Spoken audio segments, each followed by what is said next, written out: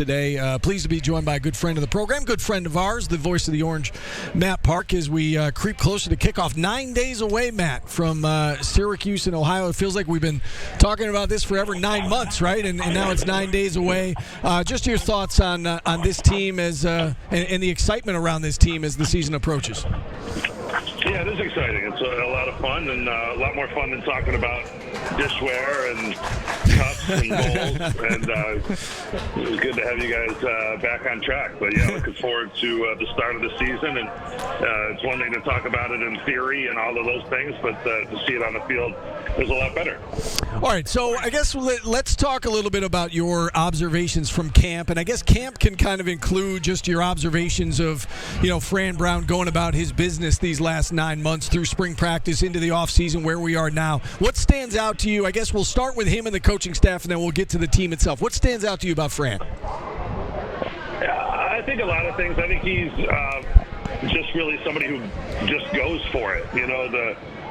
Robert Saleh has the all gas, no brake. I don't know if that's apt with Brown, but I think he's somebody who, you think about recruiting, he didn't let any barriers get in the way. He didn't spend any time worrying about why Syracuse hasn't gotten recruits at that level in recent years. He's just going for it. You watch the way they practice. It's, every coach wants to say they're up tempo and everybody's occupied. I don't think it's a condemnation of the previous staff. I thought their practices were fine, but this is all there's a lot of purpose here. They hustle into position. They know what they're working on and what they're trying to accomplish. So I think they're organized. They're aggressive. They're really kind of hustling here and easy to kind of get behind and know that, if the results don't come, it's not going to be because of a lack of effort or want to or organization. How about the team itself? A lot of new faces. More than half the roster is new from last year to this year. What do you make of? We keep talking about there's this upgrade in talent. Do you see it? Is that evident? At practice that there is an upgrade. In the talent perspective from last year to this. You do see it. I mean, but the way I view it is there's just more good players. Yeah, there's turnover, but there's going to be I think probably what's underestimated, there's a lot of names that I mean, when you think about who's going to line up first for this opening game next Saturday against Ohio, you know a lot of these people. They've been on the team.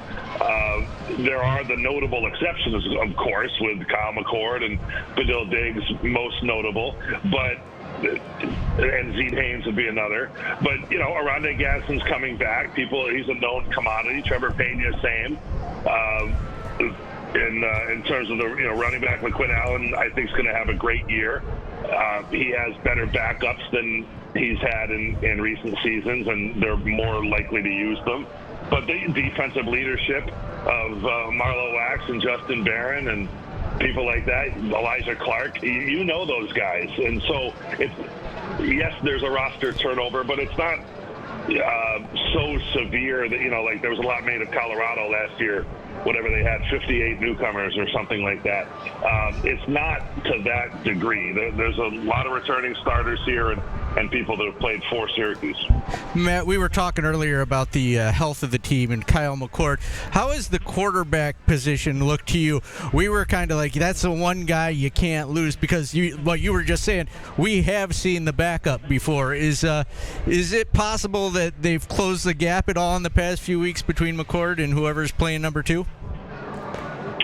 No, I think there's a gap. I just think the backup in this case will be a little bit more of a proven player. And that's even if it is Carlos Del Rio Wilson. I think he's number 3 right now behind Michael Johnson Jr. But the idea that Del Rio has another year down the road and that type of thing, we haven't seen so much of him to really be able to project or feel super confident about what he delivers.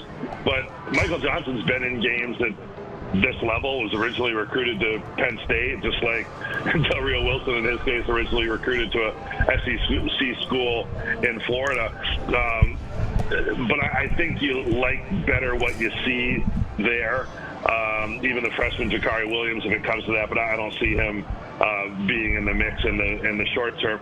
McCord's the guy. Everybody knows that, and there's a lot of teams who, for whom the first quarterback is separated from the second and third, and it's clearly very important that McCord stays upright, and not only in how effective he is on the field, but in terms of his stamina and longevity. Have you had a chance to delve into Ohio much to this point? And I guess if so, what do fans need to know about this first opponent in the Bobcats? Well, a little bit. I mean, first of all, Paulie needs to know that their starting center's name is Parker Titsworth. All right, I like it. He's on my all Paulie. Yeah, so that's to get him going. Parker Navarro will be their quarterback. He's a guy who's been set back by injuries and just has been behind people at the places he's been. Barely played at Central Florida. And then Curtis Rourke at Syracuse has seen the Rourke brothers back-to-back have been the quarterback in Ohio for a number of years. As you pointed out, Steve, he's transferred on to Indiana, and so Navarro will come in behind him. Ohio played in a bowl last year. They won 10 back-to-back years, and a lot of these guys that are going to get experience or maybe start for the first time Saturday in the opener, they really kind of had their coming out in the bowl game because of the attrition that we know that happens at bowl time. So that's kind of the case with Navarro. Ricky Hunter, running back, had 5 touchdowns in that game. So this is a program that's won a lot of games in recent years, but they're a shell of themselves right now. They're only going to have, not counting the kickers, 4 returning starters. So they're picked near the below the middle of the pack, I would say, in the MAC, and the line is what the line is for a reason. Behind Kyle McCord, we were talking about the offensive line, and we always talk on the road and at home about the other team, what they look like getting off the bus. Has Syracuse improved the offensive line where you can tell they're actually offensive linemen getting off the bus, and do you think they will be improved? Well, if you can't tell what Sabian Washington is, whether he's on the bus, on the field, on a train, then you're just blind. I mean, the guy is an absolute mountain, listed at 6'8", 340, and he towers over the rest of the linemen. So he's the Colorado transfer. He's at right tackle right now with Demetrius Witherspoon at left tackle. But again, a lot of those names that are in there, the people that are in the mix, John Ray Reed is the center. He's back. That's a returning starter. Jacob Bradford, Mark Petrie, those guys have played for Syracuse over the last couple of seasons. So you'll see them. The getting off the bus, Paulie, all linemen should be big. I mean, with all due respect to Kevon Darton at defensive tackle, that was an anomaly, a very undersized, try-hard kind of player that got the very most out of who he was. I don't think there's players like that now where you look at and go, this guy's not at that level. On the perimeter, there's a lot of really good athletes. I think the wide receivers look great. Haynes in particular. Mari Hatcher is 6'5". Defensive backs, the corners are tall and long. So that part of it's encouraging. You can see the efforts that's been put into upgrading the roster would be apparent in those cases. Paulie brings up the offensive line. Is that the biggest question mark, I guess, from a position group on this team, Matt? And if so, what would be next in line for you? Well, I guess every team, you're only as good as what the offensive line allows you to do. This is not going to be a quarterback that's going to work in the way that his 2 predecessors, Garrett Schrader and Eric Dungy, did. They're not going to have designed runs for Kyle McCord. He's not going to scramble. This is a pro set passing offense, and the guys have got to get open, and he's going to have protection. And from there, McCord's very good. He's an exceptionally accurate passer. I think everybody by now knows the background of him at Ohio State and his PFF grades and that kind of stuff. When he's a clean pocket, he's as good as there is. When it's a dirty pocket, he's as bad as there is. I mean, that's just basically how it goes with McCord. So that being said, the offensive line obviously is key to making it go. Nobody can really predict the injuries. I do think there's a little bit of depth there, and there's a new coach, not only offensive line, but a new strength coach, different approach there. So everybody will be keeping an eye on that. I'm optimistic that they'll get off to a good start with that, and you're only as good as the injuries and depth play out over the course of the season, and that's part of the game of football. On the defensive side, I think you guys listed a couple of them. Just from a leadership perspective, I think Marlo Wax is so productive, and Justin Barron is so good at every aspect of what he's asked to do defensively and the leadership part of it.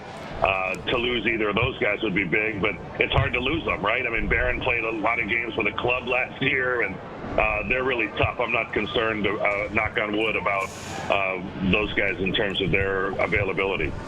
Let's talk predictions and expectations, if we could. You don't have to give a prediction, but expectations, I guess. What is realistic, Matt? You've heard all off season, fans are excited, and they want it to be 8+ wins. What is realistic in year one for Fran Brown? They're going to be more competitive than they've been. I mean, again, this team's been hovering around 500 for the last 2 or 3 seasons. I think that's got to be your basis. I have every expectation that they will exceed that. And then it's year one, and it's established, and it's a program that's, with a new kind of approach or culture and new voice. How far do they go, and how do you sustain it? One of the things that I view from where I sit is there's every likelihood they're going to get off to with all due respect to Georgia Tech, who I think is better than people are probably giving them credit. Syracuse has a chance to get off to a good start again this year, all right? So let's say they're 4-0, like they've been for the past couple of years. Got to get the ball rolling. You got to get fannies in the seats. You got to show that NIL has worked in order to get the next Kyle McCord and the next Fadil Diggs and do what you need to do to build this thing on more than just a one-year basis. It's got to be a renewed program. You look at the investment the university's making in terms of the facilities and all of that. I mean, the time is now to be as representative of your best as possible, especially if you really want to get into the big picture stuff about conference formations and that kind of thing. You need to be good at football as fast as possible and for as long as possible. You talk about number of wins. I don't tend to get into that. The one thing I will say is I think the schedule is it's just people are leaping to a conclusion in my mind that because Florida State and Clemson aren't on the schedule, that all of a sudden it's cream puffs. I don't see that. NC State on the road is a really tough game. Georgia Tech and Virginia Tech are decent coming to your place. Miami, of course. Going to Vegas, the first road trip into a empty NFL stadium against a program that's won some games here in the last couple of years. That will not be as easy as you think. The Cal game on the road will not be a layup. So I'm not one to jump to 10 wins here. Let's see 8 and build from there. And you hope that the sky's the limit. But I think there aren't a lot of games this year where they're going to go in and you're going to say they're outmanned in terms of personnel. And I feel more confident about that than recent years. I think we've all had this conversation in August in the last few years, and you could list 3 games right off the top that Syracuse had no chance winning because they just didn't have the personnel. And I don't see that this year. Yeah. All right. Well said. Matt, we love having you on. It's great to be talking football with you again, get in another round or 2 of golf, and then off we go here with the college football season. Thanks for coming on. That's the plan. All right, guys. Thank you.